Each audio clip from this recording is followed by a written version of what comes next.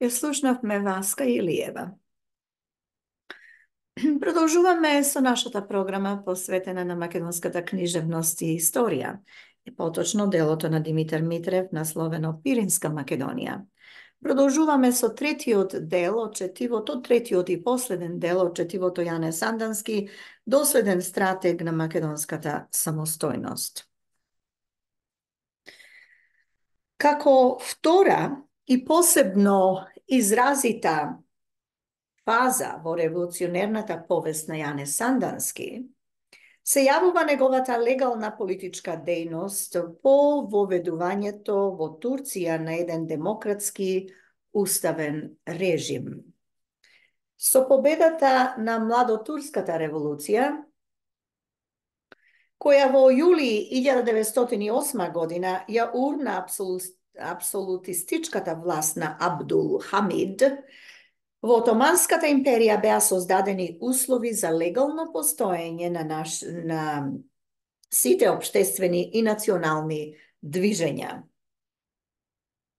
Новата младотурска власт им ветуваше на сите народности во земјата дека ќе им овозможи слободен и самостоен развиток. Понесени од идеите на буржоазниот либерализам, младотурците настојуваа да спроведат систем на демократска преродба во државно-политички поредок во империјата. И макар што младотурската буржоаско-демократска револуција не беше изведена целосно и до крај, таа сепак оствари известни крупни демократски придобивки и им овозможи на потиснатите народности слободно да учествуваат во политичкиот живот на земјата. При новосоздадената политичка положба, гледиштето на Сандански се изрази како активна поддршка на младотурските настојувања кон демократизација и модернизирање на Отоманската империја. Новиот политички момент налагаше квалитетно нова преориентација и на борбата на македонскиот народ. При условите на уставно загарантираните права за слободна политичка дејност на сите народности, безпредметна стануваше поранешната вооружена активност на внатрешната организација. Борбата треба да се продолжи, но во името на консолидирањето на самата младотурска револуција, за да се постигнат уште целосни преобразувања од демократски карактер и во составот на нова Турција, да се оствари идеалот на македонската самостојност. Раководителите на Серскиот револуционерен округ први се изјаснија за потребата од водење на легална политичка борба. Како неодложно се јавуваше за нив расформирањето на Четничкиот институт и прифаќањето на методот и тактиката на легалното политички, да видиме што пишува на другата страна, политичко действување, значи, како неодложно се јавуваше за нив расформирањето на Четничкиот институт и прифаќањето на методот и тактиката на легалното политичко действување. Продолжувањето со четнички акции би било чин на директно провоцирање на воведените уставни слободи. Но за да не се создаде представа дека новиот борбен премин означува отказ од суштината на национално-револуционерните цели на ВМРО, Сандански и неговите приврзаници излегоа пред младотурците со своји јасни програмски барања што беа прифатени од младотурскиот комитет. За спречувањето пак на секаква обвина во револуционерно капитуланство, Серчани ги формулираа своите становишта со оглед на новосоздадената ситуација во посебна декларација и во која јасно се изнесува дека организацијата ја прифаќа легалната политичка борба во духот на уставните реформи, но без секакво откажување од незините познати цели. Недвосмислено се декларира дека е променет само обликот на борбеното делување, но не и неговата суштина. Таа промена не води кон распуштање на револуционерните кадри, а кон едно нивно преориентирање за нови и далеку поефикасни борбени акции. Затоа, декларацијата ги предупредува управувачките младотурски кругови дека силите на организацијата се готови во секој момент да го земат оружјето и да ја продолжат борбата во нелегална форма. И за да не дојде до тоа, неопходно нужно е создавањето на такви услови при кои ќе се осигура слободниот развиток на сите нации во империјата и нивното учество во незиното државно политичко уредување. И при новата политичка ситуација, Сандански се истакна како голем реалист и доследен револуционерен демократ. Тој го побара сојузот со младотурците ново име то на една општа борба за докрајно уривање на турската феудална реакција и на апсолутизмот. Требаше до максимум да се искористат новите услови. Требаше да се поведе решителна борба за консолидирањето на уставниот демократски режим и преку тоа да се осигураат подобните позиции кон дефинитивно разрешување на македонското прашање. Врховистичката централа во Софија и незината агентура во Македонија и сега не задоцнуваат да го напаѓаат Сандански и да го провоцираат младотурскиот режим.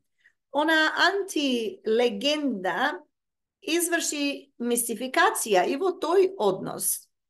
Пак во предговорот на Милетич го спомнавме и во вториот дел, читаме, цитирам, младотурскиот преврат, кога луѓето на организацијата, понесени од една фатална оптимистичка настроеност, прибрзано го напуштија оружјето, им се доверија на младотурците, му дојде на Сандански како згоден повод, безогледно и сосема да ги раскине врските со минатото и решително да тргне на своја глава, подржувајќи добри односи со младотурскиот режим. Крај на цитатот. Со никакво свое минато не раскинуваше Сандански и одново живата стварност ја потврди неговата револуционерна консеквентност. Гледиштето што го зазеде во овој преломен момент беше единствено реално, а такво и во акциона и во перспективна смисла. Тој би ја изневерил сета своја дотогашна борба при една подруга негова определба. И треба да се истакне, во овој судбоносен момент од нашата историја, токму Сандански се издига до висината на водечка личност, што ги има симпатиите на сите прогресивни кругови во политичкиот живот на империјата.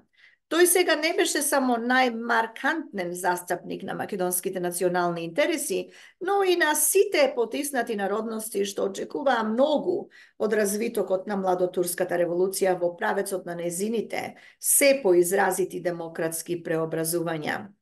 И необично популарен стана Сандански со манифестот упатен кон сите народи и народности во Турција и во кој даде една луцидна оценка на новите настани што го обележија почетокот на една револуција, која, со оглед на самите своји принципи, не смее да остане незавршено дело. Манифестот на Сандански не беше само полетен поздрав кон свечено прогласените буржуазно-демократски принципи на револуцијата под знакот на слободата, братството и еднаквоста, но и апел за нови акции кон уште порадикални промени во демократизацијата на новиот режим. Плашејќи се од умереноста на младотурските кругови и од неизживеаноста на известни нивни конзервативности, Сандански непрестано укажува на потребата од дефинитивна пресметка со остатоците на старото. И во тој однос тој се покажа како предвидлив политичар, затоа што отпорот на старото не задоцни.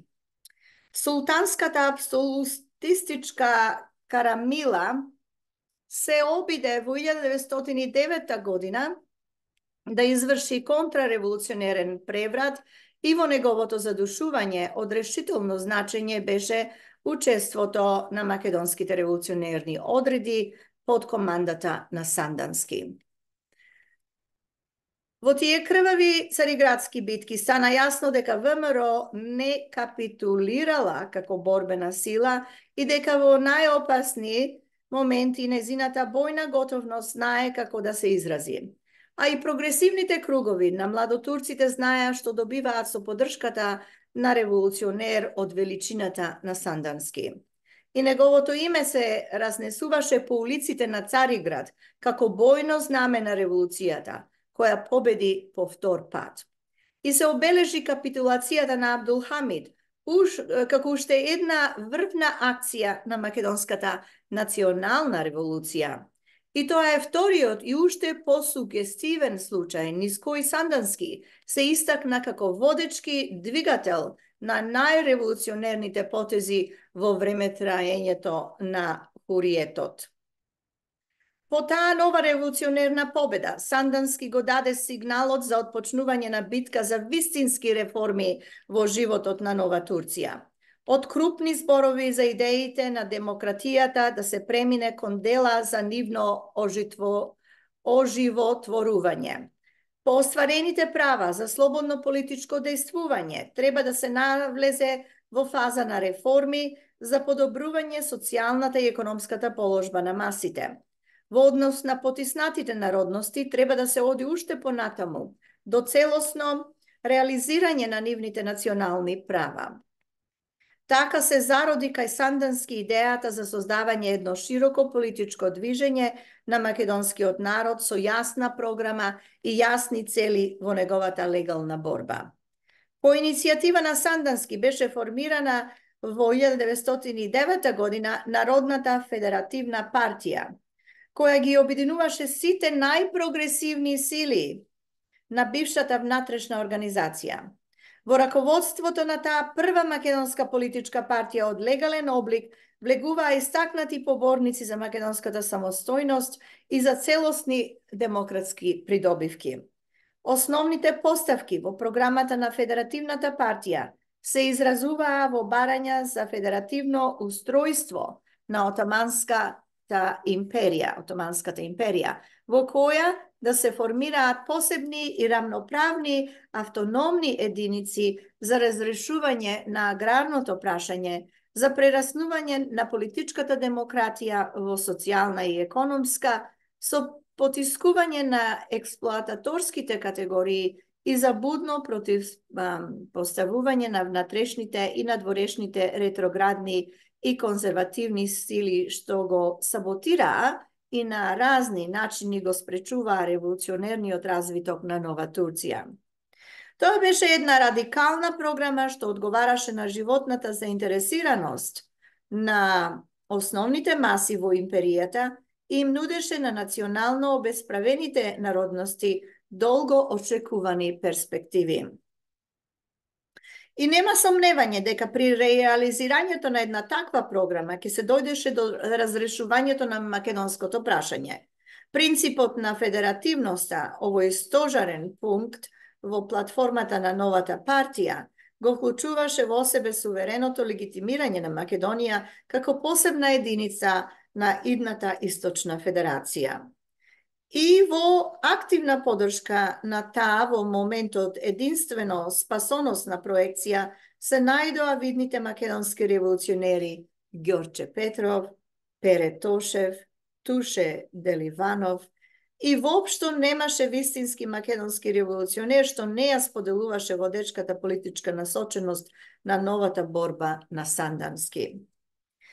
На неговата страна се најде и мнозискиот број на македонската буржоазија, која ги согледуваше така оцртаните национални перспективи како стимулативни за процесот на незината економска развојност и класна хомогеност. Но не се огледува во чинот на Федеративната партија само политичкиот реализам на Сандански. Сите знаеа дека токму тој е фактичкиот лидер на таа партија и сето најзначајно во овој чин природно го поврзуваа со неговото име. Иако имаше некаква вистина во тврдењата на врховистите за некакво негово своеглавно диктаторско или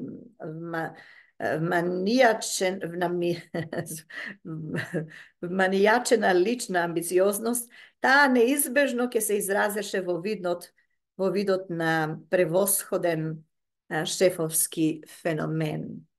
А токму обратното го стори Сандански. Тој се откажал секаква лидерска помпезност и се чувствуваше далеку подобро кога не е во Солун, а меѓу народот од неговиот роден Пирински крај. Дури и кога неговите најблиски somисленици инсистираа токму тој да биде официјален представник на партијата во Отоманскиот парламент, им даваше предност токму нив. За него беше многу поважно што ќе се постигне, а не кој ќе го постигне во општата борба. И немаше поголема лична радост за него од случаите кога имаше можност да им пружи шанса за општественичко истакнување на своите најпроверени соработници. Затоа пак имаше одврата спрема кариеристите што беа готови за еден пратенички мандат да извршат обезличување на сопствените идејни позиции. И стана јасно дека Сандански е револуционерен лидер што не бара за себе никакви лични облаги и не се остава да биде понесен од искушението на кариеризмот. А познато е дека големиот демократ се проверува во својата таква големина кога е исправен пред можноста за политичка кариера што му носи лични привилегии. Сандански ја издржа таа проверка со показот на својот голем општественички идеализам. И одново се утврди дека инсинуациите на врховистите на негова адреса се токму тоа, инсуации спрема лично што не бараше за себе ништо повеќе од успехот на народното дело и ништо повеќе од единственоста на народната љубов. И во борбата на Федеративната партија, Сандански се подпираше првенствено на непосредната народна акција. Тој знаеше дека е најдобриот политички концепт не значи ништо ако најдобриот политички концепт не значи ништо ако ја нема поддршката издиктирана од непосредната масовна заинтересираност. А мнозискиот дел на македонскиот народ беше во моментот најзаинтересиран од разрешувањето на аграрното прашање.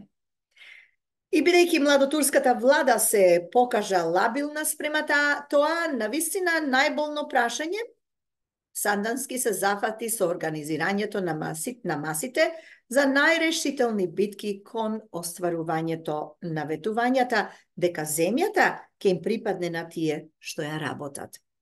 Тоа всушност значеше продолжување на онаа селанска борба што на територијата на Серскиот округ одамна се водеше. Ако порано со средствата на вооружениот револуционерен притисок земјата се одземаше од беговите феудалци, сега тоа требаше да се изврши во целост и по патот на една демократска законодавност. И пак во Серскиот крај разрасна широко недоволничко движење на селанските маси.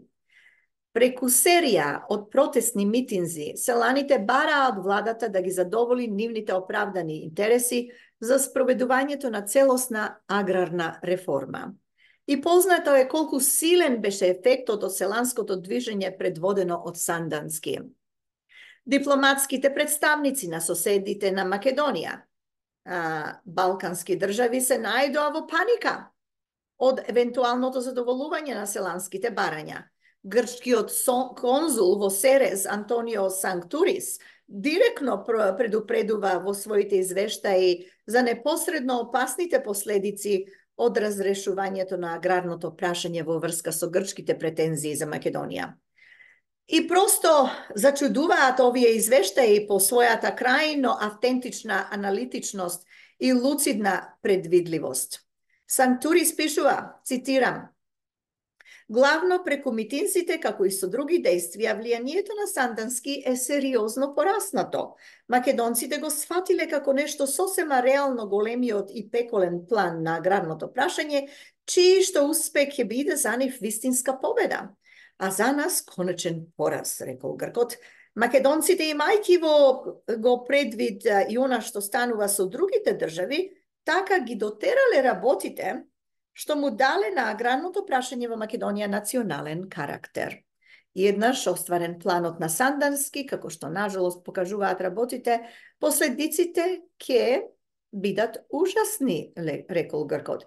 Ако некој друг настан, било војна или согласност на европските сили, не го реши македонското прашање во наша полза, рекол Гркот, според мене нема никакво сомневање дека разрешувањето на аграрното прашање ќе го подготви крајното разрешување на македонското прашање. Крај на цитатот. Како се викаше овој човек? Грчкиот конзул во Серес Антонио Санктурис. Тие никогаш не сакале да се реши македонското прашање.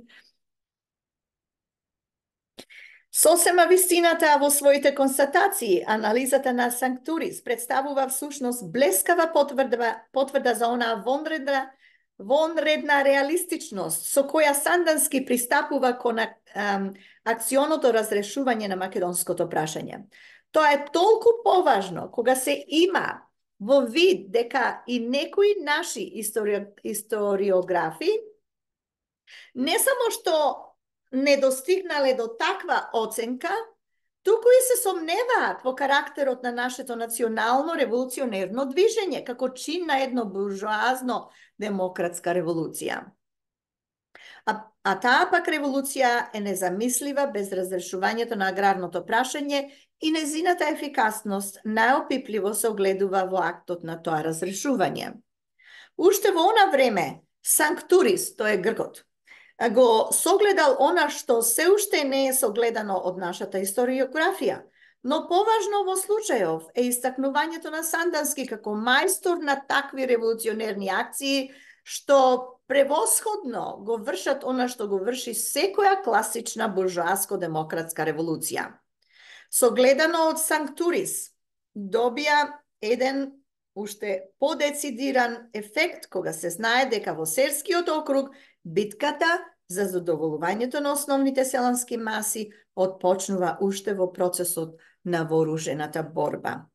Тоа што младотурската револуција не успеа да го оствари она за кое се бореше Сандански, не беше слабост на неговата стратегија и на неговиот став, туку слабост и недоследност на самата младотурска буржоазија.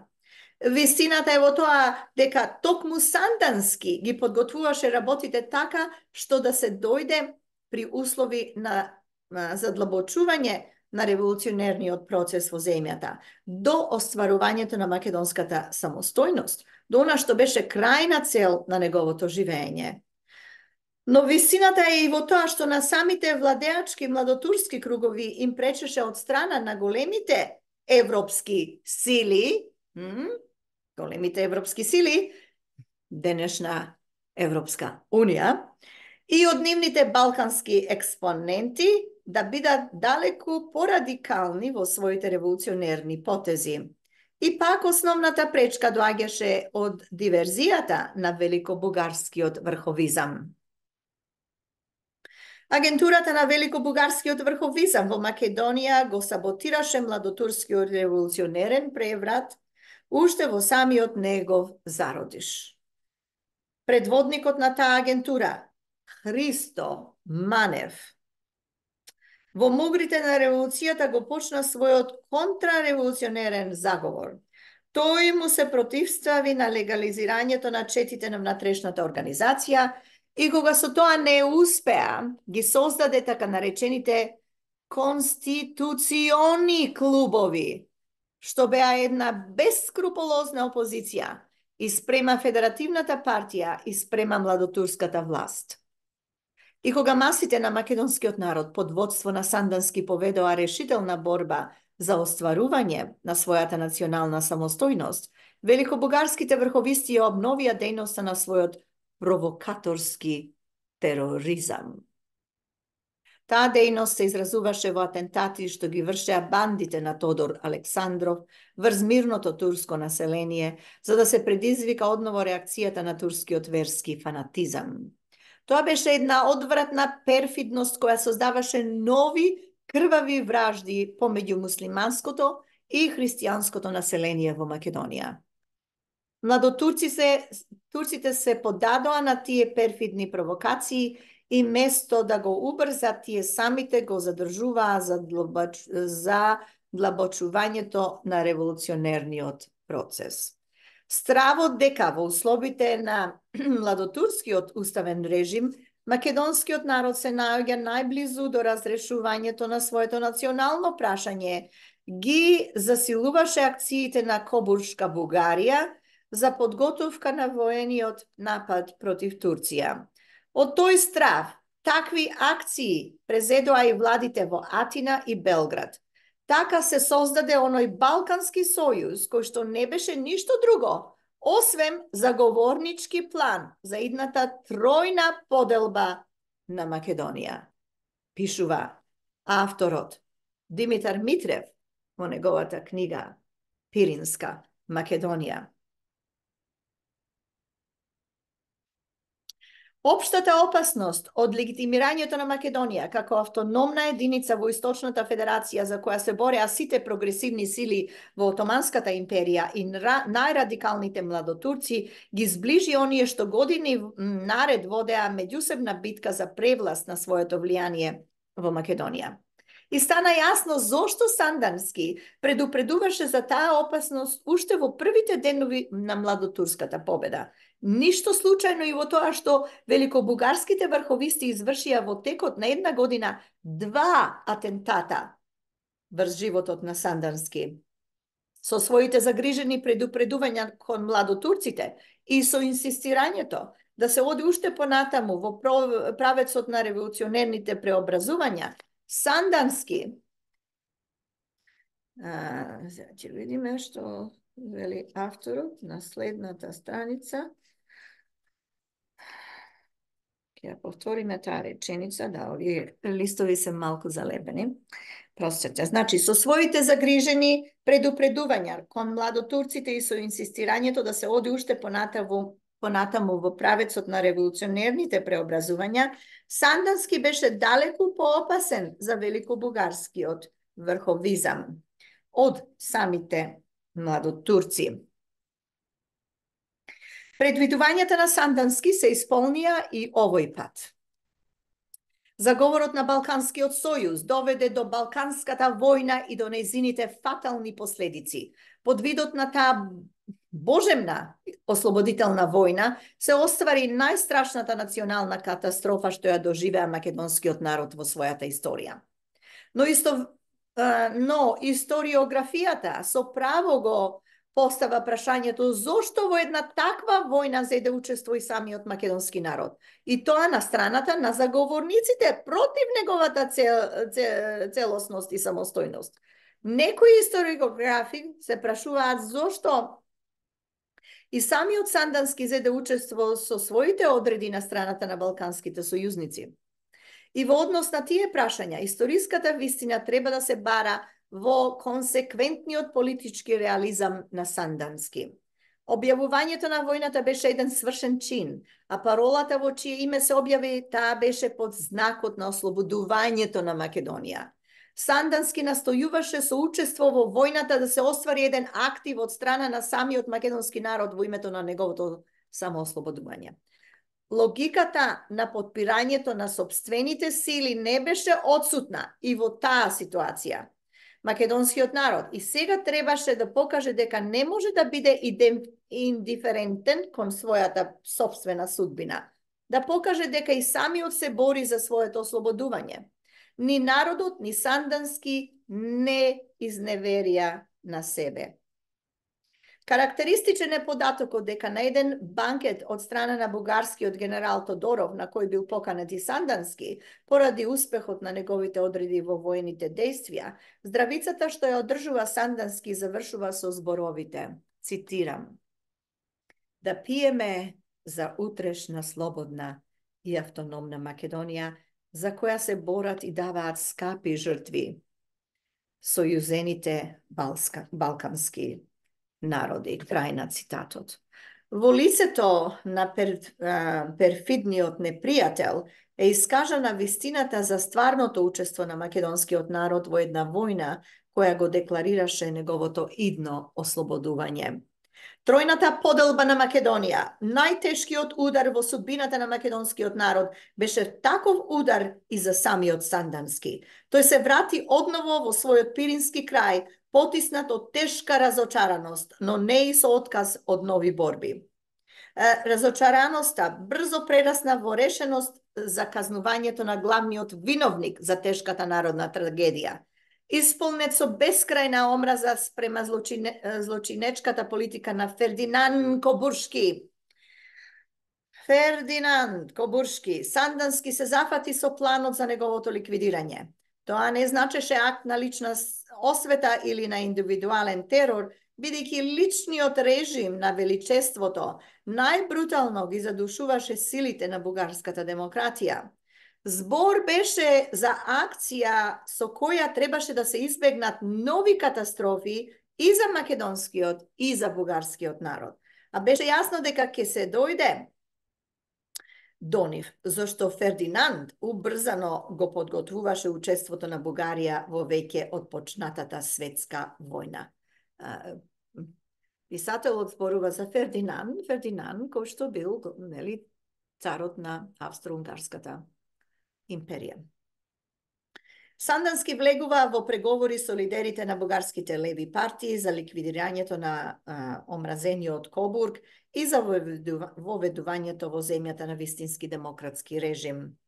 Но среќава неодлучност токму кај тие што самите најдобро знаеа дека при постоењето на оној личен режим бугарската демократија може да биде само фарса. Единствено наоѓа подршка кај Александар Стамболиски, но и Кобургот не стои со скрстени раце. Безмерно брутален, но и безмерно лукав, тој знае од каде може да дојде реална опасност за неговото неограничено властодржство. Во приквечерината од влегувањето на Бугарија во светската војна на страната на Кајзерова Германија, Фердинанд го заповедува фрлањето на Стамболски во затвор и извршувањето на атентатот врз Сандански. И овој трет атентат смртно го погоди човекот што беше смртниот непријател на Кобуршка Бугарија. На 22 април 1915 година загина од куршумите на врховистички наемници во својата родна Пирин планина, легендарниот Пирински цар. Злокобното најпосле што беше нестрпливо очекувано од немецот во Софискиот дворец стана стварност. Ако по својата смрт луѓето може да бидат среќни, Сандански беше друго би бил среќен, без друго би бил среќен. Неговата трагедија беше само физичка. Во смислата на едно патриотско идејно траење, тој стана победник. Легендата создадена во времето на неговото живење прерасна во неуништив длабоко народен култ. Но таа победа и таа предодреденост не останаа само негови. Неколку години подоцна паднаа од исти куршуми и другите раководители на Серскиот револуционерен округ. Трагична судбина и трагична коинциденција, но и длабоко логична, неизбежно логична. Како поинаку можеа да загинат револуционери што сиот свој живот го посветија на крвави битки со великобугаризмот. Таа пак стоглава хидра на разбеснетиот шовинизам знаеше само со куршуми да разговара со своите противници. И никогаш не и беа малку жртвите бележани да паднат од незините куршуми.